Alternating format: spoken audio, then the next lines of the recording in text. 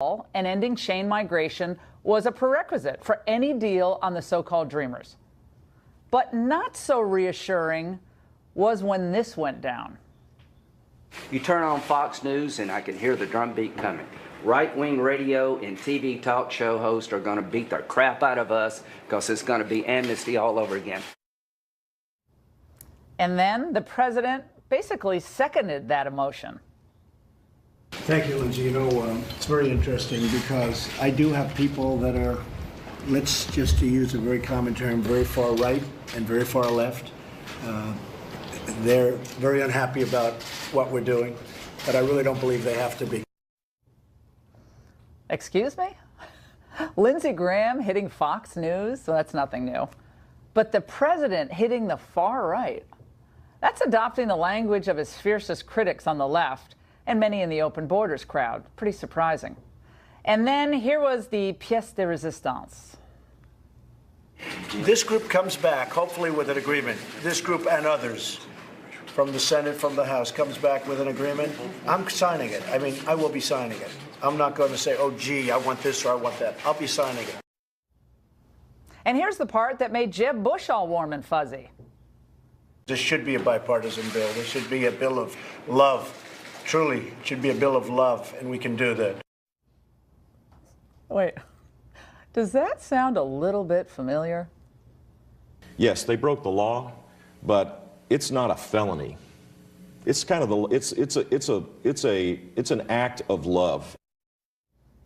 Now, do you remember when candidate Trump ridiculed low-energy Jeb for that? If you remember, he said they come as an act of love.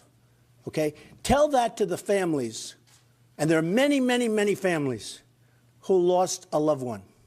Act of love. Okay? There's no act of love. And remember candidate Trump saying this? No citizenship. No citizenship. No citizenship. Everyone agree with that? I mean, go a step further. They'll pay back taxes. They have to pay taxes. There's no amnesty as such. There's no amnesty. Listen to the crowd. So what happened? Well, maybe the president realizes that he's never going to get a wall unless he does that DACA amnesty. Maybe. And maybe he thinks he just can't end chain migration unless he gives legal status to those 800,000 illegals. They range from about 16 years of age to about 30 years of age. They're not all kids now. But that is a hard pill for many of his most loyal supporters to swallow. Today, many of my radio listeners were in meltdown mode. We're not going to get a new wall. I'll bet my shirt we don't get it. We don't get Sean, verify. I'll bet my shirt on that. If he breaks his promise and he grants amnesty to these dreamers, it's over. I think it's over. My kids were born and raised in America. We have dreams too. You know, if we don't obey the law, nobody comes and gives us free stuff. We are not far right when we simply insist on abiding by the legal immigration rules and national sovereignty. When did that ever become far right? I'm feeling deflated right now. Well, I did my best to buck up the listeners, but it wasn't easy. Now, it's true President Trump is winning praise for his newfound openness to things like comprehensive immigration reform. We all know that's mass amnesty. But he's winning it from some of the same people who are enemies of his populist agenda. And by the way, the same people who revile his supporters. I thought that it was great to see our friends in both parties in there. I think opening it up and letting us see them talk to each other, there was a positive feeling about that. This is the presidency that many people thought Donald Trump was capable of. Just the notion of him being in command. I think it was very helpful, both before the cameras left and after they left. That's the guy who wrote the book just trashing Trump and didn't even vote for him. Well, not so long ago, like yesterday, they were calling you, Mr. President, and your agenda far right, extreme right, racist, xenophobic, alt-right. The president's new friends, the bipartisan cabal that's been pushing amnesty for years, have a few goals in mind. The Republicans, they want cheap labor. And the Democrats, they want new voters who are captive to big government. But there's another goal that the establishment hopes to accomplish. They want to separate Donald Trump from his base and break the spirit of the populist movement. Well, they're not going to succeed. They think they will, though, because people like Steve Bannon is sidelined and they think their moment has arrived. The president has to remain loyal to his supporters and to his agenda, the one he ran on, the one that won all that applause and rave reviews at all those rallies where people stood in line for hours in the cold. And he has to be willing to walk away, yes, walk away from a bad deal, just the way Reagan walked away from a bad deal with the Soviets at Reykjavik. Look, we all understand that governance is difficult. And sometimes you have to get the best deal you can with the votes you're given. But I think Kevin McCarthy, who's not exactly an immigration hardliner, had it right when he cautioned the president yesterday during that meeting. He said, look, you can't agree to a deal that compounds the problem, a deal that ends up only attracting more illegals down the road. Right now, we have another surge happening at the border, and one that fails to fortify the border, really fortify it. Now, there's a possibility that President Trump is doing something else, and I'm going to leave this possibility open, that he's playing a really smooth game with Republicans and Democrats and the media. So while he conveys an openness to negotiating, you're great, Diane, no, you're great, Dick, I love you guys, well, he's forcefully staking out his ground and managing to bring all parties to the table, and it's not just that. Just this week, there are really encouraging signs. The president is actually doing the hard work of enforcement. He just announced that 200,000 Salvadorans who were supposed to be here temporarily, been here for about 25 years, are going to finally have to go home because guess what? The hurricane's over. And today, the administration raided about 100 7-Elevens, hunting for illegal employees and going after the employers who are abusing them and abusing the system. This is the kind of robust, proactive enforcement that Americans expect and his supporters demanded. But when it comes to any DACA deal, the president has got to realize there are just two things that matter above all else.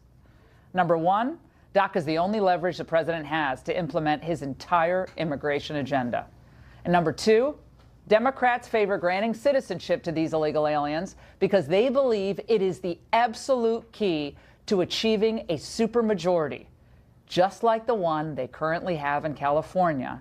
They want that in every key battleground state. So there's so much more at stake than just the future of the Dreamers. This deal could decide the fate of the country. I'm going to wait to see what the final DACA proposal looks like. But if it does not include a wall, a real wall, not a see-through wall, expect a political revolt from the base, which means losing the House and maybe even losing the Senate. And by the way, chain migration, absolutely necessary. So if those things aren't in the deal, or they're watered down so badly they don't really exist at all, we end up losing the House, the Senate. Who's going to be left to defend the president? Dick Durbin? Lindsey Graham? Or all those hard right people who host radio shows or on Fox News? The president did not promise his supporters an opaque electronic fence that only covers a third of the border. He promised them a wall, a big, beautiful wall. And unless it's built, unless chain migration is ended, I fear, Mr. President, your most ardent supporters will write you off as just another politician who said something he didn't really mean. And that would be heartbreaking. And that's the angle. Joining us now for reaction in New York is Monica Crowley. She's a senior fellow at the London Center for Policy Research. And here in Washington, Tamar Jacoby. She's an immigration activist and president and CEO of Immigration Works. And Corey Lewandowski, former campaign manager for Donald Trump and co-author of the new bestseller, Let Trump Be Trump. All right, Corey,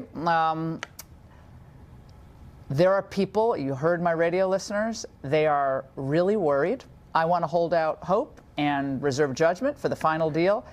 But you heard the quotes from the president at that meeting. He'll agree to anything they say. The deal is going to get done. Comprehensive immigration reform is coming.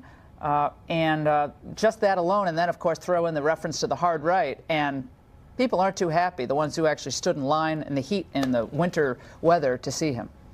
This president has made campaign promises that he needs to fulfill. And if you don't fulfill those campaign promises, what we will see in November is a retaliation against the president because he hasn't done that. And the first and biggest campaign promise that he made was to build a wall. I went to all those rallies. We heard the response. We heard that Mexico was going to pay for it. This is a hallmark of the campaign that Donald Trump ran on to make sure that we're putting America first. That has been his agenda. That is what he campaigned on, and that's what he's going to fulfill as the President of the United States. Tamar, the people like Jeff Flake, who didn't even vote for the president, he's probably closer to you in agreement on immigration than he certainly is someone like me or the candidate Trump. He said the wall will be something like maybe 700 miles, but it won't really be a wall everywhere. It'll be kind of fencing and so forth. Would that be acceptable to someone like you? No, I think we need to secure the border. We need to do whatever it takes to secure the border. And Jeff Flake is not the only person in Congress who's working on this, and he's not the only person who said the president was going in the right direction today. So did John Cornyn and some conservative senators like Tillis and Lankford and people in the House. People in the House like Goodlatte and Labrador. There are plenty of conservative, tough, hardline Republicans who think we need a DACA deal and think a DACA deal is the way to build the wall. Yes, of course we need security. So you can't build the wall. I mean, I think you're right. There's not the votes to do that. But obviously, you could physically build the wall. If you want to find the money, the way to get the money out of Congress, you need some bipartisan votes. But if people actually thought that a fortified border was important, and you conceded I recognize that we need security on the border. We need roads there. We need a wall. We need sensors. We need more men. We need a lot. We need judges. We need all kinds of things. So that is an absolute must-to-have. So why link it to the DACA amnesty at all? What does the DACA amnesty have to do with fortifying our border? The president has been saying since the beginning, since before he was inaugurated, that he thought that we should do something for the DACA kids. So de-link it. Why does it have to be linked? Well, why not have some Democrat votes and do it in a bipartisan way? What's so wrong? I mean, is bipartisanship bad by nature? But the Democrats are for enforcement, you just said. I mean, you're for enforcement. I assume you're not a conservative Republican. Democrats are. Chuck Schumer said he's for enforcement. I certainly am a Republican. I'm not a Democrat. Okay, so Chuck Schumer has said many times he's for enforcement. Other Democrats, they're totally for enforcement. But they also want to do something for the DACA kids. Right. As does the president. Monica, look, I want to believe in my heart of hearts that there is not some major sellout in the offing. I can't imagine the president would do that. I mean, that would be the end of his presidency. He would. I think, look, you already have people who are concerned about this, but if it goes ahead and does that, I think that few people have given him better advice than probably, the kid. He's a kid to me. Corey sitting here, myself, and a few others. But he has a lot of friends now, newfound friends who are calling him racist, sexist, xenophobic. Seems like yesterday. Yeah, I don't think he cares much about his newfound friends who are lavishing him with praise based on what went down in that meeting yesterday, Laura. Look, we are a little worried because we're so conditioned by establishment Republicans and others who have let us down over many decades, people on both sides of the aisle, frankly. This president is completely different. I think what you saw in that meeting, Donald Trump knew what he was doing. He knew what he was doing with that strategic contradiction. Look, of all of his campaign promises, build the wall inspired the most passionate support. I don't think he's going to let us down on that. His platform about dealing with illegal immigration once and for all, he knows he's got one shot before the end of the year in the 2018 midterm elections. He knows what he's got to do. He's got to start funding building the wall. He's got to end sanctuary cities. He's got to end the visa lottery program. He's got to end chain migration. Of the green card holders this year. Absolutely. He's got to accelerate deportations, and he's got to unblock those immigration courts. I know that's a tall order, Laura, but this president is up to it. That's what he promised, and he keeps his promises. Got to do it. It can't be whatever Durbin and Feinstein and Cory Gardner agreed to. I have thoughts for Cory Gardner later on in the show. People do not want to miss what I'm about to reveal about Cory Gardner.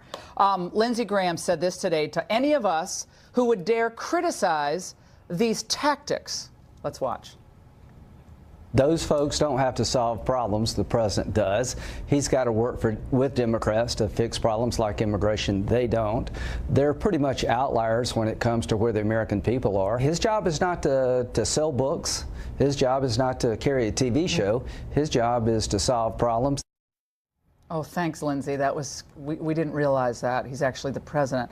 Corey, take a shot at that one. Look, the president has been brought to Washington to solve the problems that this Congress and many before them have created for the last 30 years. That people like Lindsey Graham have created by leaving the border open. Laura, we've seen this for 30 years. They've had the chance to fix the problems, and they haven't done so. Donald Trump has now come in, passed a massive tax reform package, the first time since the Reagan administration. Which we celebrate. And what the president is going to do is to fulfill the campaign promises that he outlined. What we saw yesterday was quintessential Donald Trump. He brought the cameras in. I loved it. He held those guys accountable. I love it. He should do more of it. Have them accountable on television. I agree. The Democrats hate that because they want to go and make this rhetoric and have these propaganda But for answers. Lindsey Graham to be sitting at that table, you know, your friends stick up for your friends. When Lindsey Graham's sitting up at the table, and I like him personally very much, always have, Fox News and Hard Right, he tried this line in 2007. He went down in flames in 2007. They tried it in 2014. You know who's no longer here in Washington?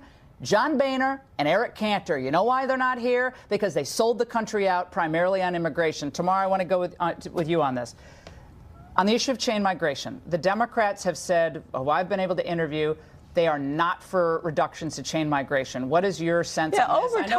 Over time, we definitely need to rebalance. Too much is family migration, not enough is employment-based migration. But that's a historic change. We're going to change 200 years of history. We need to do it carefully. That's not right. And Democrats aren't going to be ready to do it right now across the board on this deal. Well, we'll make some. I think it's possible to make some changes to chain migration. Okay, right. But to totally change the system, I don't think it's going to happen around this the deal. record, we actually changed our immigration policy in 1965, for changing it from a merit-based system to primarily a bringing in the entire family tree migration system. Yeah, no, it used to be a country-based immigration system. It wasn't merit-based. It was very much when we were in industrial age, when we had heavy manufacturing. And it was country-based, and people brought people they knew from their relatives. Just so from their Fox listeners understand what we're talking about here, there are 1 million green card grants every day, granted every year. And 44% are family migration. There are other family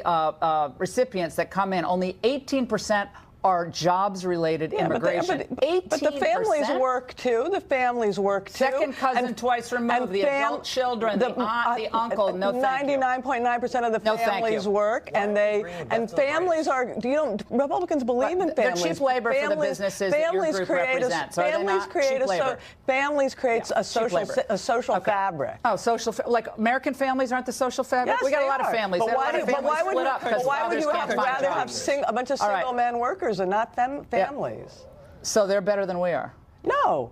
They're not better than me. That's what you think, no, though, that's right? not. That the illegals coming in with all the extended family are better than the American workers. I can't keep their families together. No, I didn't say anything like that. I think immigration should be legal, not illegal. But some family migration is not a bad thing. Adult spouses and children. Yeah. Illegal people, Donald Trump said countless times on the campaign trail, need to go home and apply the right way. That's the rule of law. If you want to change the law, change it. But I'm telling you something. Compromise on this thing is going to be a bridge too far. All of you, we could have you for an hour. I wish we did. And by the way, how Trump is signaling a possible showdown with Bob Mueller over the Russia probe. Corey's going to want to talk about that. Plus, the president says Senator Feinstein may have broken the law by releasing a congressional transcript from that Fusion GPS. Is he right on that? That debate coming up. Senator Feinstein apologized today very quickly to Senator Chuck Grassley, the chair of the Judiciary Committee, for publicly releasing the closed-door testimony of that Fusion GPS co-founder, Glenn Simpson. She said she was pressured to release it. By whom?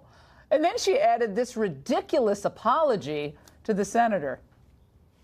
The one regret I have is that I should have spoken with Senator Grassley before. And I don't make an excuse, but I've had a bad cold, and maybe that slowed down my mental facilities a little bit. Good Lord. President Trump says Feinstein possibly broke the law. So is that actually the case? Let's discuss this with Fox News contributor and senior editor of The Federalist, Molly Hemingway, here in the studio, and Saul Smiley Weissenberg. They put that in the prompter, Saul. That is so unfair. You're just serious. In Raleigh, North Carolina, former deputy independent counsel for the Whitewater investigation. Okay, Saul, I want to start with you. The president said this could have been illegal because, what, she was operating while under the influence of Robitussin? I mean, I don't know what she was doing here, but It's not illegal, is it, for her to release this? Just maybe unwise or imprudent. Yeah, I can't think of a law that it violates. It was an unclassified session from what I understand. The documents involved that he was talking about were, I mean, he's a private citizen, so that's probably why he said she possibly violated a law, right? I possibly violate a law every single day. Most Americans do. There are a lot of laws on the books, but I think she's safe. All right, we're going to get into who Mueller has hired on his legal team with Saul in just a moment. But Molly, so it might not be illegal, but what is really going on here? What's the bigger part of this narrative for our viewers who aren't all that, accustomed to understanding this whole Fusion GPS deal? Right. I don't think it was illegal, but it was very bizarre that she kind of blew up her committee. That's normally a very collegial committee, and that was a very weird thing for her to do. But the testimony was interesting. I think what's happening is that everyone's kind of coming to the realization that collusion isn't happening, and they're just panicking, and they're just throwing everything out there. But the testimony was interesting, and it already included two things that were false. He said that there was a mole in the Trump campaign, and the guy who said that walked it back. There was also the lawyer claiming that someone was killed over the dossier. He walked that back. But it did point to the FBI playing around with this. They did talk about the wiretap that they secured. And these are the things that remain the focus now. People are curious, was this opposition research used? Was it weaponized by the Obama administration to spy on an opposing political campaign? But if they release one closed-door interview transcript, doesn't that beg the question of let's release all the others? I mean, why just that one?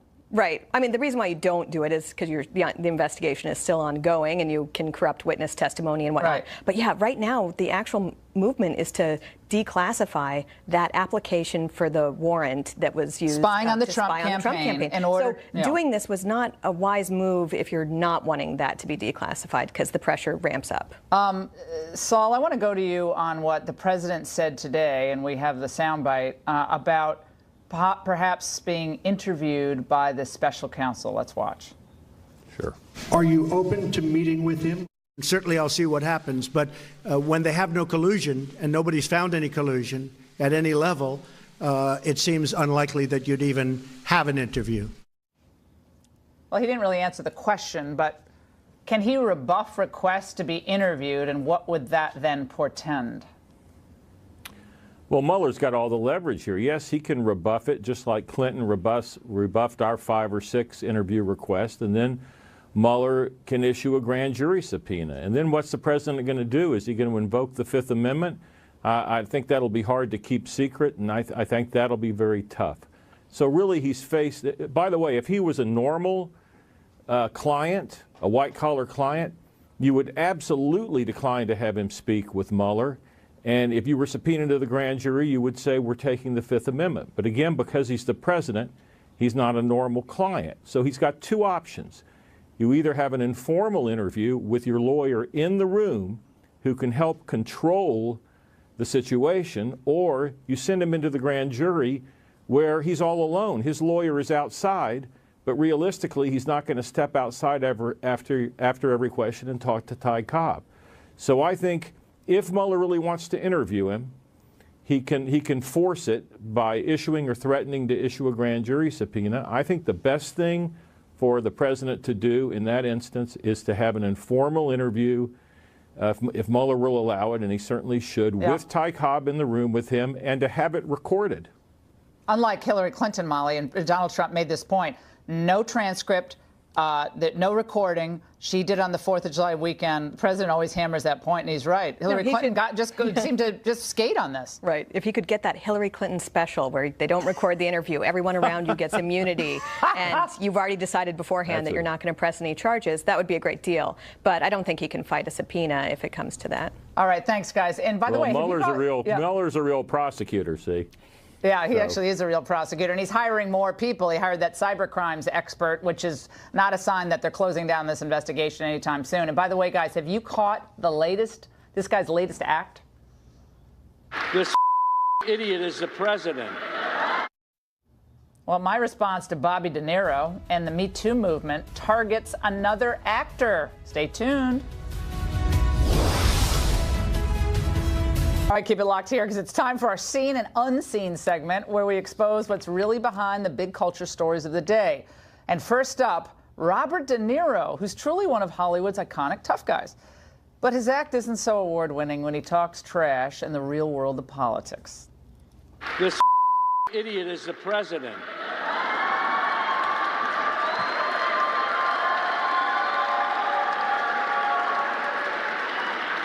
It's the emperor's new clothes. The guy is a fool. Come on. Our baby in chief has in chief, I call him. I think he meant the emperor has no clothes, not new clothes. My gosh, if someone doesn't write his lines, he just blows them. That's really incisive. I'm really glad I missed the Fockers. That's where we begin our Seen and Unseen segment with Fox News contributor Raymond Arroyo. Raymond, he's just been mouthing off for years. And it's someone I've loved, De Niro. I mean, I actually had the chance to take a plane ride with him once. He was really fun. There's a story. Drinking Jack Daniels like at 1 in the afternoon, though. He can throw him back, but that's a story for another day. Okay. So let's talk about this. He's just off the rails. Well, he's one of the great actors of his generation. I feel embarrassed for a guy like Robert De Niro. Godfather, The Wizard of Lies, he recently got awards for. But it undermines the work when you engage in this kind of ad hominem. It cuts your audience in half or more, and it drives people who genuinely, like us, love his work. He's a great actor, but don't do this. It embarrasses you. Shut up You're and act. rambling, and as you said, without the lines, it's trouble. They say some actors take the role home with them. He's caught somewhere between Raging Bull and Wizard of Lies. I'll leave it there. Okay, let's. Catherine Deneuve, I'm going to talk about iconic Beautiful. French actress, amazing, age 74. She's still just as beautiful as ever. She had a few things to say about the Me Too movement. Sounds like she was reading our angles from recently. Well, she and 99 other women signed a letter. This is the backlash to the Me Too movement. Okay, she said, men have been punished summarily, forced out of their jobs, when all they did was touch someone's knee or try to steal a kiss. As women, we do not recognize ourselves in this feminism, which is beyond denouncing the abuse of power and takes on a hatred of men and sexuality. Oh, we're a little behind there. Someone's knee or try to steal a kiss. That's a fun graphic. But you know what it is? The French have a different view of this. They take this in totality, and they're saying, wait, we may have gone too far. Some men have been inappropriately driven from their jobs on just an accusation, one that hasn't been proven. A friend of mine said, I guess that there's so much for like ever dating someone who you work with. I guess that's never going to happen again? Because I know people who are married and have 6 and 7 kids who married their husband at work, because today with the young people who are working, that's what they mean. But you can't ever date anybody, and it can't ever go wrong, I guess. And these women do go out of their way, these French, and these are authors, actresses, well-known women in France. The demonization of men. Well, and they go out of their way to say, look, rape is a crime. Of course it is. Abuse is abuse is abuse. But let's not get carried away. This is a part of who we are as men and women. The best ever was Meryl Streep last week saying that Dustin Hoffman in 1979, another film I loved. It was searing. Kramer that film. versus Kramer. Kramer versus Kramer. The camera's in there. In the scene where he slaps her, he slapped me too hard. Is that method acting? I always forget. Raymond. You were an actor, but she slapped too hard? Well, he is a method actor, and maybe she deserved it. I'm not going to. No, but I mean, this is how pathetic it is. This is how bad it's gotten. Now, Ali Sheedy, the actress from the old, all those old '80s Breakfast films, Club and all those '80s movies, yeah.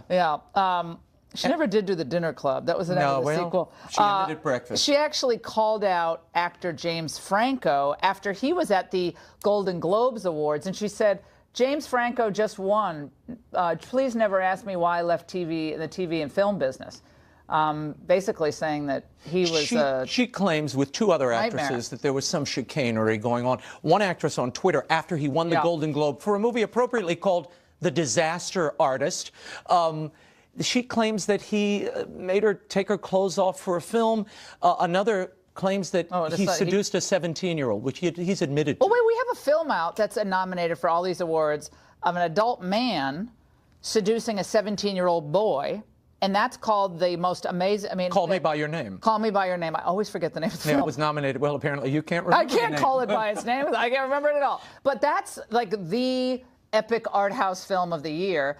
adult man seducing an underage boy, but James Franco apparently can't seduce a 17. Okay. Well, here's the Okay, I just need hypocrisy. to understand these very confusing rules. James Franco got up and accepted his Golden Globe with a Time's Up button on his lapel. Oh. Hollywood undermined itself and its message by giving this guy a Golden Globe when he may be one of the malefactors here, one of the guys they may have to strike from the record. Well, the New York Times today canceled an event with him because of these charges. Should we play the Colbert? Do we have time? Him on Colbert? No, we don't have time. Oh, Tommy well. says we don't have time. Oh, what a tragedy. He kind of denied the charges. He denied. He said, I'm not sure.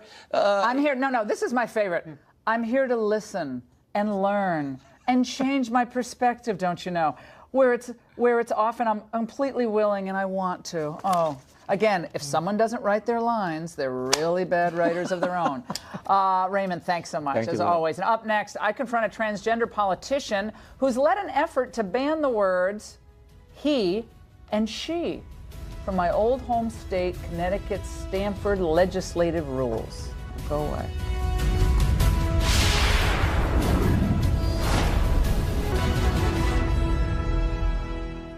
Okay, stay with me here. The Board of Representatives in the city of Stamford, Connecticut, has voted to ban the use of gender pronouns from its governing rule book.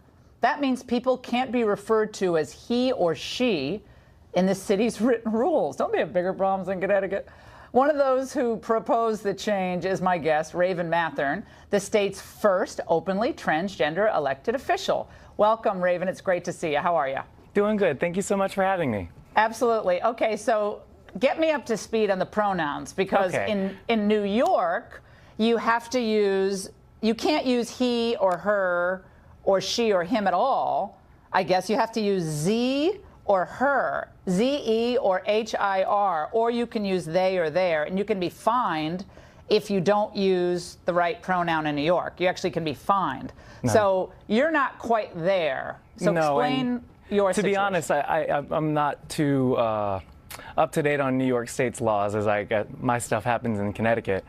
But really, my goals here, the issues that we were trying to tackle were simply the rules of the board. We're not looking to ban terminology. Quite the opposite. I think I lead the charge in allowing people to use their pronouns. I don't want to tell someone, no, you can't be a he, and no, you can't be she. Quite the opposite. Use what makes you happy. Use what makes you feel right. But you require that people refer to you as. Now, when did you transition? When was that exactly? So I don't like to use the word require. I prefer, if someone else is going to use gendered nouns for me that I don't like, I'm not going to sit there and take offense to it. I mean, there are bigger issues at hand than this. This issue, what we were doing is, and I hesitate to even say we, because when I got on the board, when I was elected, the first issues I wanted to tackle were, and we are tackling, are issues of development not being handled responsibly in our city and things of that nature.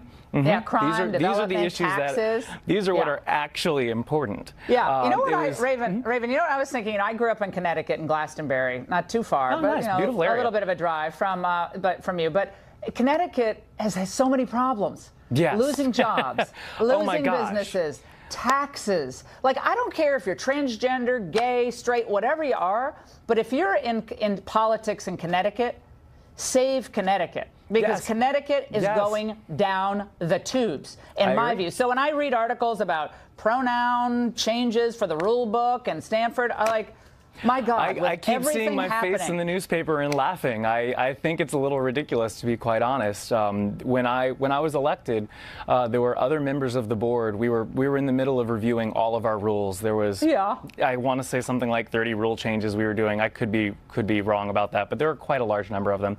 And this was one proposed by a couple other people on the board, both Democrats and Republicans, that were looking at it and saying, oh, I guess this doesn't really fit, considering who was just elected. What can we do to make the rules more appropriate?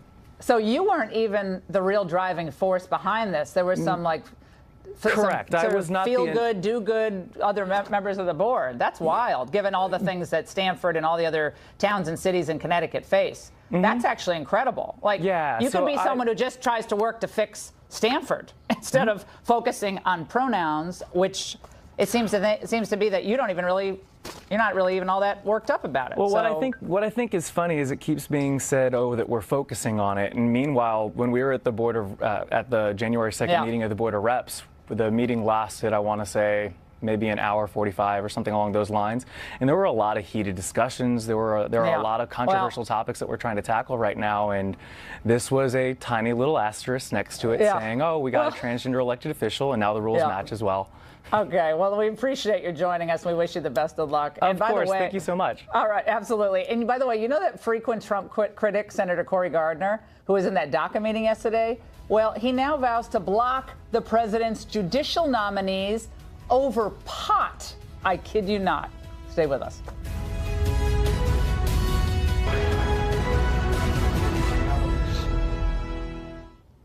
Welcome back. A tale of two senators. That's the subject of tonight's bonus angle.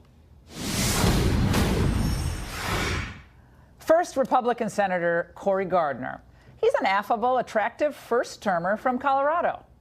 He was also one of the members at that big DACA meeting yesterday. That's nice. But did you also know that he's threatening to hold up President Trump's judicial nominees?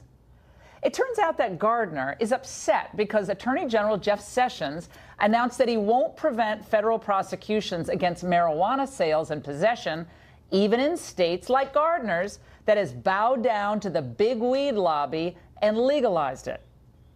I will be putting today a hold on every single nomination from the Department of Justice until Attorney General Jeff Sessions lives up to the commitment that he made to me in my pre-confirmation meeting with him. Oh, they had a committed relationship. We've asked Gardner to appear on the Ingraham angle many times since we launched. Same with radio. But he has declined each time. Tucker and Sean don't have much luck getting him on either. Isn't that interesting? But Gardner did have plenty of time on his schedule to appear on MSNBC today. You see, he's one of those Republicans that the New York Times and liberal cable networks usually love. First, he resisted Trump all the way up until August of 2016. And even then, he wouldn't even mention his name. He also never really campaigned for him. He jumped on Trump after Charlottesville. And when Trump canceled DACA in September, Gardner immediately rushed to back his own bill to save the Dreamers. And now, defending the pot lobby, cloaking it in a bogus states' rights argument. Yeah, well, President Trump, beware of Cory Gardner, especially when it comes to the issue of immigration. Gardner used to talk tough on securing the border first. But now, like so many who came to Washington, he seems to be more concerned with being loved by the in crowd while avoiding tough questions from people like me. I'd be fair and tough. Be much better for Cory Gardner to come on this show and answer some straightforward questions. Why hiding? The other people who hid were people like Eric Cantor and sometimes John Boehner, but they're not around anymore. And then there's Elizabeth Warren. Among her many degrees in law and speech pathology, I'll bet economics is not one of them. Waste Management, a huge company in the United States, announced today that because of the passage of the tax reform bill, they're going to give $2,000, those bonuses, to 34,000 employees. That sounds like great news, right? Who wouldn't want a $2,000 bonus? But here's what Elizabeth Warren thinks of the bill. What we have to do is change it. You got to take out the parts that are giant giveaways to big corporations that right now the Republicans plan for hardworking families to eventually pay for. Now, she apparently doesn't realize, former Harvard law professor, that when corporations make money, shareholders and employees do too. They do better. Ditto for pension holders and 401ks. Does she not understand that businesses aren't entities without the people they employ? And other people who are the shareholders, they're the owners of these companies. They own stocks otherwise and mutual funds that invest in them. In other words, a booming economy, Elizabeth, is good for the working people. Princess Running Mouth claims to represent the working people. Two senators, two different parties, two people who in different ways are missing the message of the last election. Stay with us. Do not move. We'll be right back. Before we go, our thoughts and our prayers go out to Steve Scalise tonight. Another surgery today on the way to his recovery after being shot at that congressional baseball game last year. As doctors say, things are looking good. but he's been through so much. And with grace and perseverance and